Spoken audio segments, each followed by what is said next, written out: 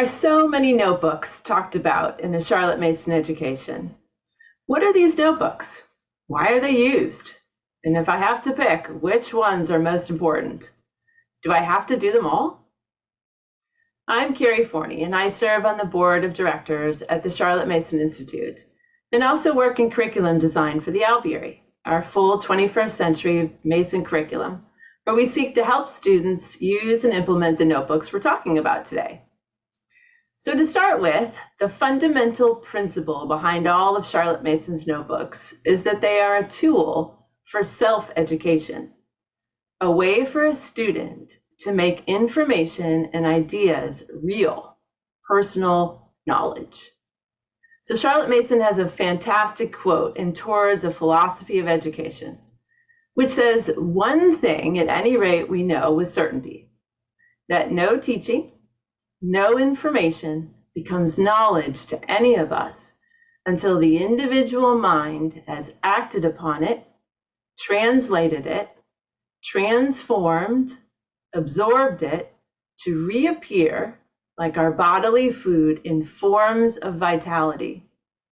Therefore, teaching, talk, and tale, however lucid or fascinating, affect nothing until self-activity be set up.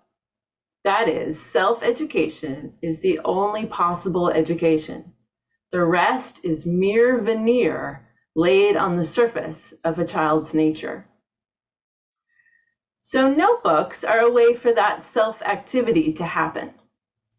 For a child to read, observe, or listen to something and then digest it by reproducing or reflecting on it on paper through writing, painting, drawing, and more, the result is assimilation and transformation.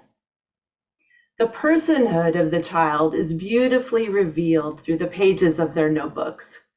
The quotes they find that stood out to them enough to be copied into their Commonplace books, the words and paintings or drawings that capture what they have seen out of doors, and the events or people or objects that they choose to record in their Book of Centuries all point to the unique relationships a particular child is building with the world around them.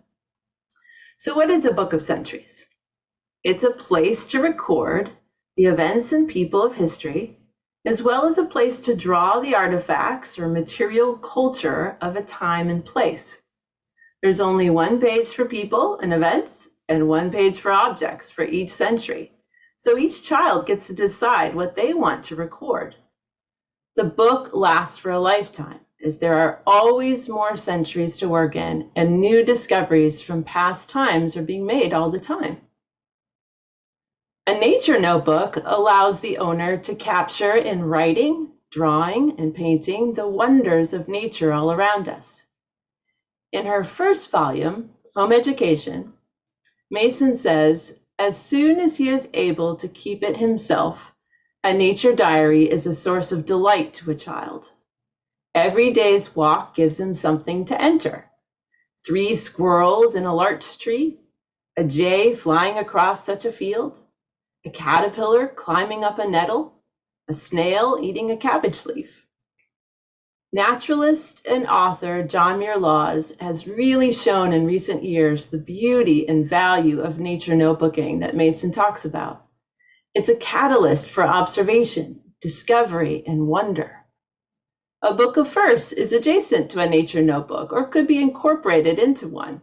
It's simply where you as an individual, a family, or a class keep a record of the first time you see something outside each year. Maybe the first buttercup, or the first pollen, or the first robin, and so on. This actually becomes fantastic, fascinating scientific data as you continue observations year after year. A Commonplace book is a place to collect quotes from all the varied sources of readings that make up a Mason education.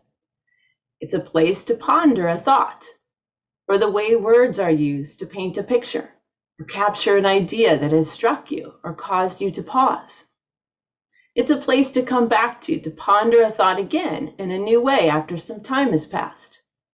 It's a repository of other people's ideas and thoughts that you are thinking about and trying on for size.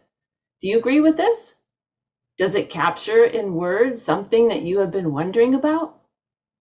It reminds us of a poignant thought that we know that if we don't get down on paper, it might be lost to us forever.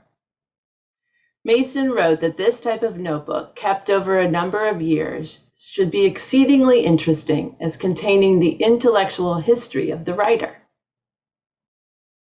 A book of centuries, nature notebooks with a book of verse, and a commonplace book are three of the most accessible and unique notebooks in a relational education. Other notebooks for citizenship, Bible, geography, and so on are all similar tools for self-education and growth.